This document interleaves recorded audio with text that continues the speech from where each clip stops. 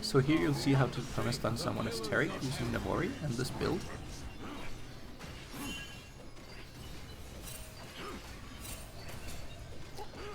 Now you can take a look at the runes and such, but we'll go into more depth later. Note that you don't actually need full build at all. This is how it can look against tenacity boots with this Jarvan. So I do mess it up a little bit, but you can see here I have him perma-stunned. But here he gets free because I press E too late. This Darius built Taric and tenacity boots, so he was a bit harder to stun. But it is actually possible to perma-stun if I had the right build here. Completely even with those two items, and I'll explain that later. But it did work fine anyways, you see. Before I explain, let's take a look at the last skirmish.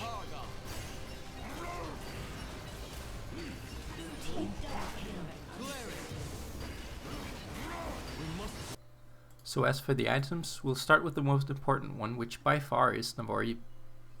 So when you have Navori, you get a big reduction on your cooldowns, just like Taric passive itself. On top of this, you just need 100 ability haste with a fully stacked legend haste.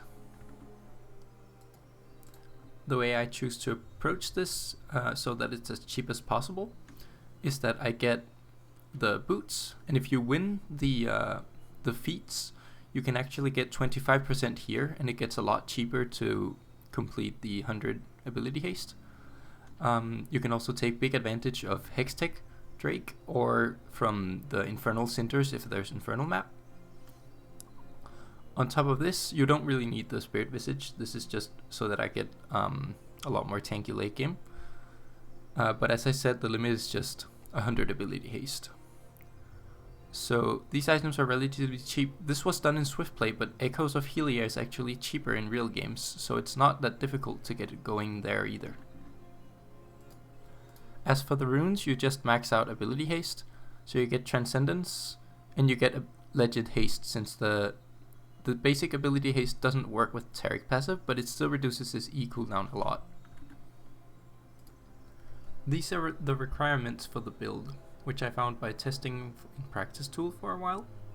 So against 0 tenacity, you just need 100 ability haste, plus the ability haste from the legend haste rune. Against 30 tenacity, it's actually not that much more, it's just 20% more. So I've given an example of how to get to 100 down here. In this example it was with the special boot upgrade, but you could also get some extra ability haste from Infernal Cinters, by far the cheapest method, or from Hextech Drakes. And even if you don't get any of these, it would just mean you had to complete another item, for example Cosmic, or you could even build it into the other support item, Moonstone, and then build some more components. So the components are by far the cheapest way to get the ability haste. But you also want to be somewhat tanky and have some movement speed, so that's why we build some actual useful items anyway. This works especially well with the damage, stun, and healing. So if you're ganking someone as Taric jungle, for instance, it helps a lot.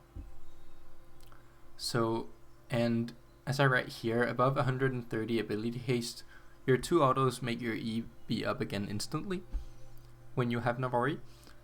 So from this point it's just adding more attack speed. And if you get to 1.11 attack speed, you can perma-stun someone with 2 tenacity items, but it is much easier with a bit more, so 1.5 daggers, for instance a seal or something. But I don't feel like you'd often get to the point where you really want to build this, but you do have the option to perma-stun even people who are totally counter-building you. When you've reached the point of perma-stunning people, it's probably better to build more tanky, because otherwise this ends up being a complete gimmick, to be honest. Because if you just, I mean, these items do make you pretty tanky, so it's fine in the early game, but just going towards the higher amounts of ability haste wouldn't make you that much better. So of course this will always be some sort of a gimmick build, but I do feel like it has some power.